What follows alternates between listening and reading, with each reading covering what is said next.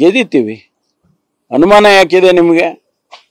ನಾವು ಖಂಡಿತವಾಗಿ ಅವರು ಹೇಳಿದ್ದಾರೆ, ಅವರು ಮತ ಹಾಕಿರೋರು ಗೊತ್ತಲ್ಲ ಜನಗಳಿಗೆ. ಜನ ಹೇಳ್ತಾರೆ ಇಲ್ಲ ನಾವು ಗೆಲ್ಲಿಸ್ತಾ ಇದ್ದೀವಿ ಅವ್ರನ್ನ.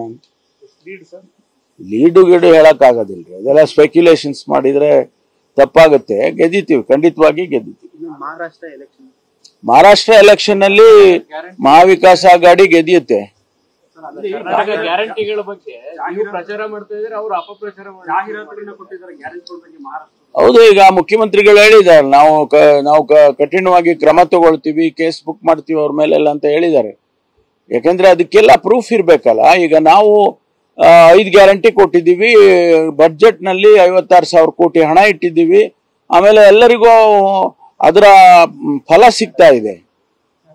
ಹೆಣ್ಮಕ್ಳಿಗೆ 2,000 ರೂಪಾಯಿ ಕೊಟ್ಟಿರ್ತಕ್ಕಂಥದ್ದು, ಗೃಹಲಕ್ಷ್ಮಿ ಭಾಗ್ಯ, ಅದು ಶಕ್ತಿದು, ಅವರೆಲ್ಲ 3.5 ಕೋಟಿ ಟ್ರಿಪ್ಸ್ ಇವತ್ತು ಹೆಣ್ಮಕ್ಳು ಓಡಾಡಿದ್ದಾರೆ. ಅದೇ ಅದಕ್ಕೆ ಏನು ಮಾಡಿಲ್ಲ ನೀವು ಅಂತ ಹೇಳ್ಬಿಟ್ರೆ, ನಾನು ಕೂಡ ಅಲ್ಲಿ ನನ್ನ ಪ್ರೆಸ್ ಕಾನ್ಫರೆನ್ಸ್ ನಲ್ಲಿ ಜಸ್ಟಿಫಿಕೇಶನ್ ಮಾಡೇ ಬಂದಿದ್ದೇನೆ ಮುಂಬೈನಲ್ಲಿ. ನಾವು ಅಲ್ಲಿ ಉದಾಹರಣೆಗಳ ಸಮೇತ ನಮ್ಮ ಗ್ಯಾರಂಟಿಗಳದ್ದು ಏನು ಇಂಪ್ಲಿಮೆಂಟ್ ಮಾಡಿದ್ದೀವಿ ಅನ್ನೋದನ್ನು ಕೂಡ ನಾನು ಹೇಳಿ ಬಂದಿದ್ದೇನೆ ಅಲ್ಲಿ ಮಹಾರಾಷ್ಟ್ರದಲ್ಲಿ. ಸರ್, ಇನ್ನೊಂದು ಬಳ್ಳಾರಿಯ ಬಿಮ್ಸ್ ನಲ್ಲಿ ಬಾಣಂತಿಯರ ಸರಣಿ ಸಾವಾಗ್ತಿದೆ ಸರ್, ಇದು ತುಂಬಾ ಆತಂಕ ಮೂಡಿಸ್ತಾ ಇದೆ.